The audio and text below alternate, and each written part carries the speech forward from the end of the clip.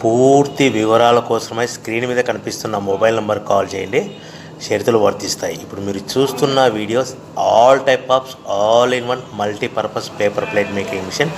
ఈ మిషన్లో మనము 13 ఇంచుల బఫే ప్లేట్ కానీ 14 ఇంచుల బఫే ప్లేట్ కానీ ఎక్స్ట్రా డై కొనుక్కొని చేసుకోవచ్చు. అదేవిధంగా ఈ మిషన్లో స్నాక్స్ ప్లేట్స్, రింకిల్ ప్లేట్స్ అంటే 6 ఇంచులు, 7 ఇంచులు, 8 ఇంచులు, 9 ఇంచులు టిఫిన్ ప్లేట్స్, స్నాక్స్ ప్లేట్స్ కూడా ఎక్స్ట్రా డైలు కొనుక్కొని చేసుకోవాల్సిందిగా తెలియజేస్తున్నాను. సో ఈ మిషన్కు 2 HP మోటార్స్ ఉంది. మనం ఇంటి కరెంట్ కాకుండా దీన్ని కంపల్సరీగా కేటగిరీ 2 మీటర్ ఫిట్ చేసుకోవాల్సిందిగా తెలియజేస్తున్నాను. సో మనము ఈ మిషన్లో బేరింగ్ డైల్ అంటే 13 ఇంచులు కానీ 14 ఇంచులు కానీ మనకు నచ్చిన డైలీ ఎక్స్ట్రా డై కొనుక్కొని బఫే ప్లేట్ తయారు చేసుకోవచ్చు. అట్ ద సేమ్ టైం చిన్న చిన్న కప్పులు కూడా తయారు చేసుకోవచ్చు.